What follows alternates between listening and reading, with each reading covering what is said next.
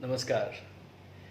मैं विवेक तिवारी आप सभी लोगों को बहुत बहुत धन्यवाद देता हूँ। धन्यवाद मेरे साथ जुड़े रहने के लिए, मेरे वीडियोस को पसंद करने के लिए, इतने सुंदर सुंदर अच्छे अच्छे कमेंट्स करने के लिए और मुझे अपना बहुमूल्य समय देने के लिए आप सभी लोगों का हृदय से मैं धन्यवाद करता हूँ। धन्यवाद से मैंने आज शुरुआत करी है, तो आज मैं आपसे धन्यवाद के बारे में ही बात करूंगा। धन्यवाद एक ऐसा शब्द है जिसका इस्तेमाल हम सभी लोग अपने जीवन में प्रतिदिन करते हैं। मुझे ऐसा लगता है कि शायद ही कोई व्यक्ति ऐसा होगा जो अपने पूरे दिन में किसी ना किसी को धन्यवाद नहीं बोलता। कभी किसी ने कोई छोटी मोटी सहायता कर दी तो उसके लिए धन्यवाद। कभी हम कहीं जा रहे हैं, रास्ता भटक गए हैं, किसी से राह पूछ ली, उसने हमें राह बता दी तो उसके लिए उसे धन्यवाद। कोई वस्तु नीचे गिर गई है और किसी ने उठाकर हमें उसे दे दिया तो उसके लिए उसे धन्यवाद। कई बार ऐसा होता है कि लोग हमें हमारे जन्मदिन की बधाइयाँ देते हैं तो हम उसके लिए उन्हें धन्यवाद बोलते हैं। हमारे विवाह की वर्षगांठ होती है, लोग उसके लिए बधाइयाँ देते हैं तो हम उसके लिए उन्हें धन्यवाद बोलते हैं। अर्थात कि हम किसी भी छोटी या बड़ी चीज़ के लिए लोगों को हमेशा हम धन्यवाद कहते हैं, और जो कि एक शिष्टाचार है, ऐसा होना भी चाहिए।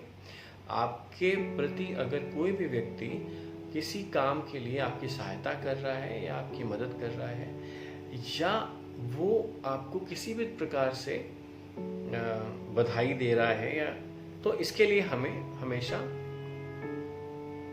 सामने वाले को धन्यवाद करना होता है, और जो कि शिष्टता कहती है, इसको शिष्टाचार कहते हैं और ऐसा होना चाहिए। कई बार हम जहाँ पर नौकरी करते हैं तो हमें अगर हमारी नौकरी जाने वाली होती है, छूटने वाली होती है, और हमें अगर दूसरा अवसर मिल जाए तो उसके लिए हम अपने मालिक को धन्यवाद कहते हैं।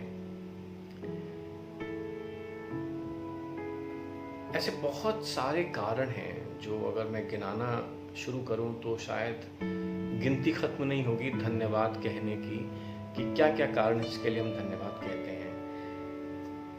तो और अच्छी बात है, धन्यवाद कहना भी चाहिए। तो हम मनुष्य मानवता के नाते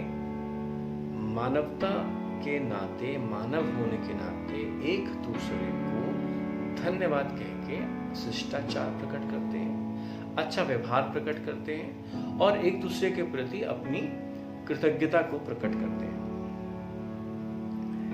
लेकिन क्या हम कभी उस ऊपर वाले को, जो वो हमारी प्रतिदिन सहायता करता है, हम पे कृपा करता है,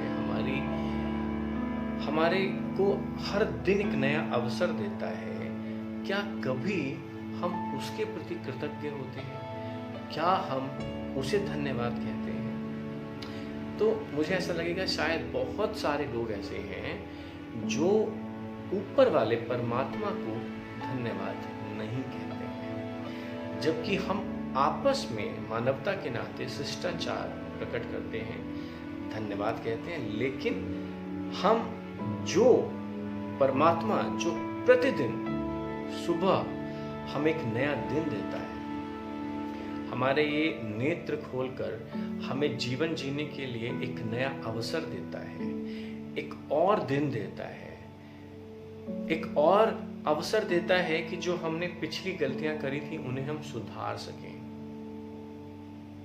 जो काम कल अधूरे रह गए थे, पूरे नहीं हो पाए थे, आज हम उन्हें पूरा कर सकें। कोई ऐसा व्यक्ति जिसका हमने कल दिल दुखाया था, आज उसे हम क्षमा मांग सकें।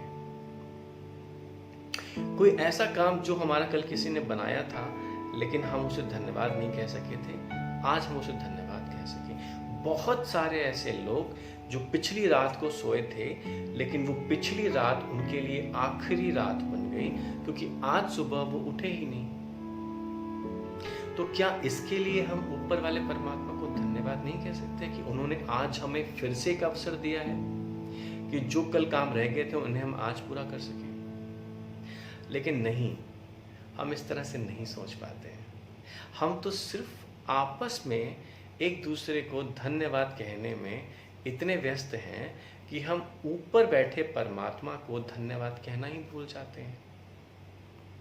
आज पूरे दिन मैंने जो भी किया, मुझे जो भी मेरे परमात्मा ने, मेरे ईश्वर ने मुझे जो भी अवसर प्रदान किए आज कर पाने के लिए, और आज मैं सही सलामत अपने घर लौट सका हूँ, और आज मैं अपने घर पर जाकर खाना खाकर मैं सो सकूँगा, इसके लिए क्या मुझे ऊपर वाले परमात्मा को धन्यवाद नहीं कहना चाहिए?